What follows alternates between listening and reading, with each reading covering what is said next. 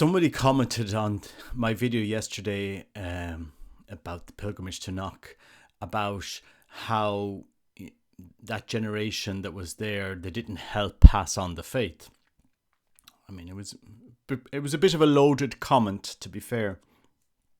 But it did get me thinking about Catholic education and what we've done to the faith in Ireland, because I was a product of the education from the late 70s, 80s, and I did my Leaving Cert in 1991, and I went through what was supposed to be a Catholic educational system in Ireland. And most of my peers don't practice the faith, and their children don't practice the faith. They would be nominally Catholic, they will go to the big celebrations, but it's not lived. There's no prayer life, there's no devotional life. It's practically gone. The same as with my cousins. Yeah, I mean, it's interesting to be somebody today that simply does praise the rosary. To pray this, you're kind of seen as a crackpot, as something strange. Oh, you're one of those people. So I have 6 ideas that if I was in charge of Catholic education, what would I do in Ireland? I know talk is cheap. It's very easy just to put this out there. But at the end of the day, I was involved in Catholic education. I was in a secondary school. I did lead senior level students in retreats. I did write a book on giving a retreat. This was all when I was 26 years old. And I loved it. I loved teaching the faith. It was really something that I enjoyed. I used to put my whole heart into it. And I just want to give some topics on. Now, I'm speaking from my experience as a religious when I was a Legionary of Christ, and people might might criticize me for referencing the Legionaries of Christ. I just want to make something clear to anyone listening to this video. The reason why the Legionaries of Christ were so successful on so many levels is they just did what the church taught. That's how, and they made it very reverent. So the mass was literally say the black, do the red. They did no innovations. It was reverence. Their lay movement and their educational system was all copied. Father Martial was no mystic. He was no saint. So how did Father Martial make a success of the Legion? He copied what was going on in the church. So the lay movement was copied from the Opus Dei. A lot of their educational processes were copied from the Jesuit system, as it was before things went pear-shaped. That's what they did. That's simply what they did. They just did what the church taught. It was quite, I mean, and this is sadly, other areas, not so good. But I suppose we learn in the church. We learn. We reform. We learn. The only way forward in the church is not looking back on what we did bad. It's seeing what was wrong and correcting it and moving forward. That's the only way, guys. The only way. So we learn. And I hope I'm part of the learning process in the church, because I've seen a lot in the church. I have lots of friends who are bishops and priests. I'll have the conversations with them. We have to learn and we have to move forward. So 6 ideas, and they're not my ideas. There's what I've seen that works to reforming Catholic education in Ireland. Speaking as a 49-year-old Catholic man who went through education in Ireland where we weren't even taught the Angelus in school. And sad, but that's the simple reality. So the first thing, we need to be clear. Our education system in general forms people for this life, for this world. For their career, to get a job, and so on and so forth. First point, we need to be clear that the Catholic Church and Catholic education system is a preparation for another world, for heaven. The last line of canon law is the supreme law is the salvation of souls. The purpose of the Catholic Church is not meant to be another NGO, a nice thing, because that's what people think. Oh, you're a nice NGO, you look after the poor and you do missions and stuff like this, and you have a troker box. No. The purpose of the church, why Christ died on the cross, is to get us to heaven. So we have to have a supernatural view in our educational system. Catholic education is a preparation for heaven. Point number one. Point number two, you need to have a Catholic identity, Catholic ethos. Has to be very clear. If you look at the GAA, if I went to the GAA and says, look, could we not have a few soccer matches here in the evening? They'd probably all look at me. Yeah, very interesting. Now, there's a soccer team down the town. You can go down to that soccer club. We're GAA here, okay? We play GAA sports. We don't play soccer here. Oh, but you're not inclusive and you're not helping and blah, blah, blah. How can you be so blah? Nobody would say anything like that. So have a clear Catholic identity, Catholic ethos. You should teach the Catholic faith. Okay?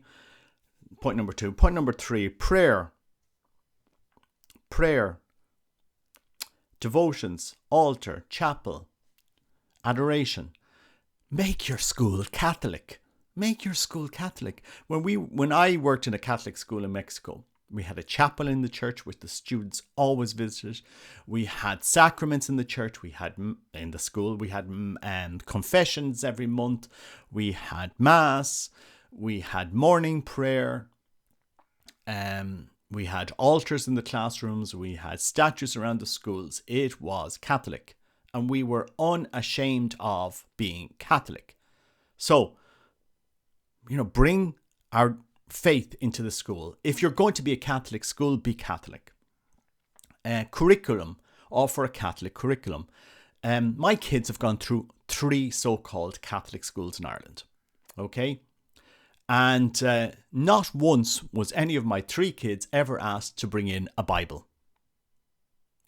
Never once. Not once. Even my son, who's starting in a diocesan Catholic school, a diocesan school with the bishop that lives less than 50 meters from that school, my son hasn't been asked to bring in a Bible. I'm serious. They all will have a starting mass in the year. There is no sacraments offered apart from a mass. There is, offer a Catholic curriculum. Stop teaching religious education and start teaching Catholic education. The religious education syllabus or in secondary schools doesn't even mention the word Catholic. I mean, it's no goal. You're just forming people to walk them out of the church. They won't practice the faith afterwards. So that's point number 4. Point number 5, if students want to come to Catholic school, you need to engage with parents. You need to get them involved in the education, and you need to bring them in to forums specifically about Catholic education. So when parents come to place their kids in this Catholic school, you have to let them know, we need your help. So we will be organizing activities during the year. We will organizing, say, retreats during the year. And for good governance and good, child protection policies and so forth, you will need the involvement of parents in these activities. So when you're offering retreats, you need parents present. So if you're going to bring 30 boys on retreat, you will need 10 men there with the priest and with the religious teacher, Catholic catechesis, and you will need support of those parents. If parents just want to offload their kids onto a Catholic school and they don't want to have any involvement, do they really want a Catholic education for their kids? There has to be engagement with the parents. This is what we did in our secondary school in Mexico. We had engagement with the parents. In the evening, parents would get involved in Catholic education. We would have a youth center where kids could come to after school, play games, and where parents could meet as well. You could have men's prayer groups and women's prayer groups and so forth. You need engagement with parents. I mean, Catholic education doesn't just finish at 4 p.m. on school days. It's a whole way of life. It's a whole way of life. And lastly, Mission. I mean, I know for the last 30 years, the Bible hasn't been part of our Catholic education system in Ireland. It wasn't when I was going to school. We didn't know about this thing called the Bible. And this was in 1980s. The Bible, especially the Gospels, has a lot of calls to concrete action. Go, do, love. And you need to lead children to mission. Okay, the faith that you learn in school has to be put into practice. And this has to be put into practice in the community. If you look around your parish, you see a lot of people suffering, elderly suffering, or people that need help. And if we were Catholics, we would help. We'd go and help clean their house or paint their house if someone is elderly, or if somebody needs something, mow the lawns, clean a garden, renew our community. I mean, and I'm just saying, to do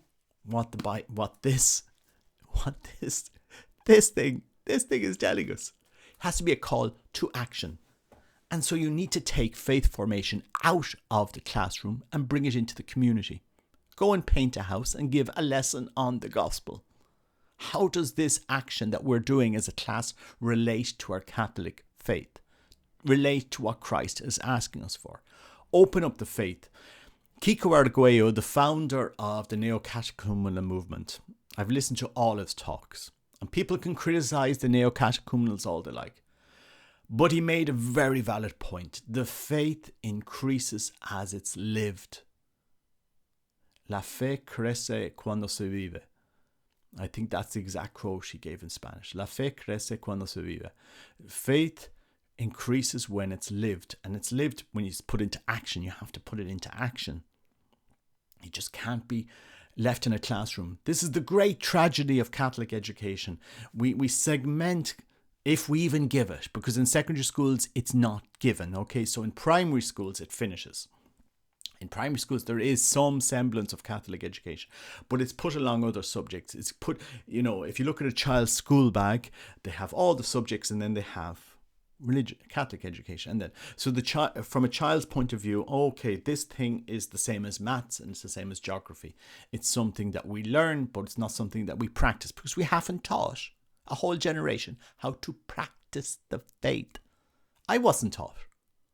It's only by the grace of God I'm doing this video today. He took me out of this and he showed me another world of Catholicism that I've never lost. A world of Catholicism outside the English-speaking world. It was all in Spain. It was all in Italy. A lot of exposure to the Opus Dei. A lot of exposure to the Neo-Cats, and to a lot of different movements in the Focolare, on communion liberation. All of these different movements that you see in the church. Exposure to the traditional movement. And it's by the grace of God you see what's going on. I mean, if you look at the Society of St. Pius X families in Ireland, which are booming, you will see that they have taken faith formation extremely seriously. Children are taught, they have an exam on it, they know the faith, they practice the faith, they live it in the families, they pray in families, they take it extremely seriously. They're not letting it die.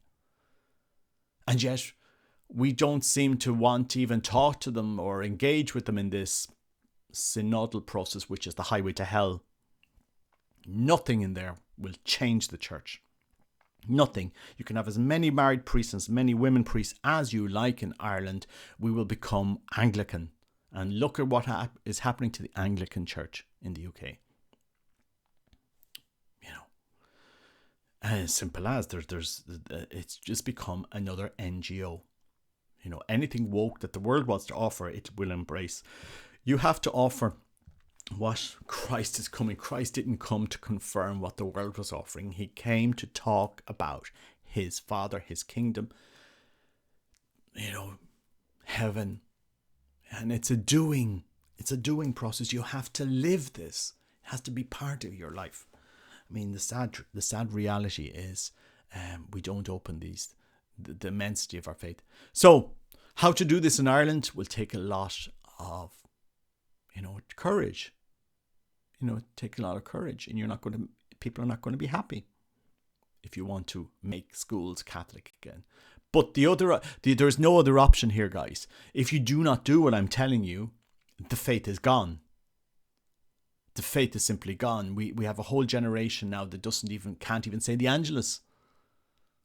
Doesn't even know what it is. Has never read the Gospels end to end. Don't know. They might hear a few things at Mass the odd time that they go, but they don't actually know what it is. They don't know what prayer is. Prayer is the greatest proof of God's existence.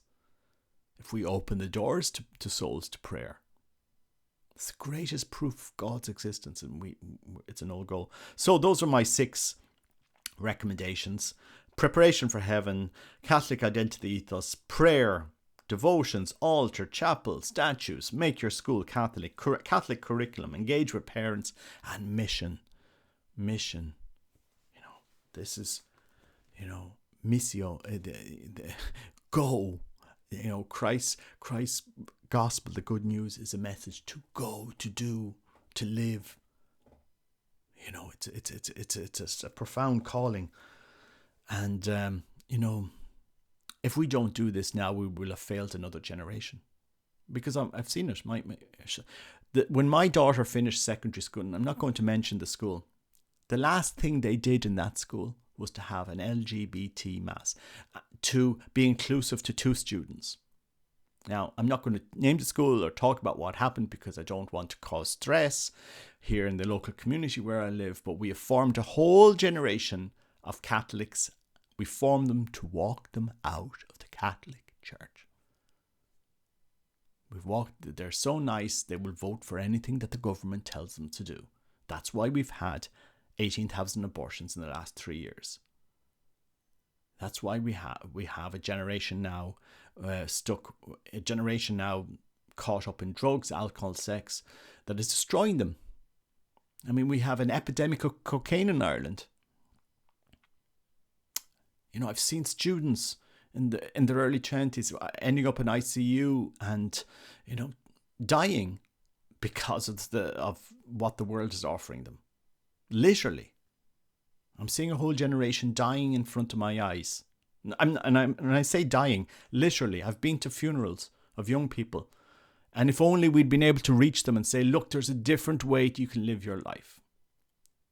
Catholic preparation, Catholic education is for a very different world today, and we have to form them. So you can take this as you like, but there's no other way than being taking a stand for the faith. If we're not willing to take a stand for the faith in Ireland, just pack up and go away. Just pack up. There's no point.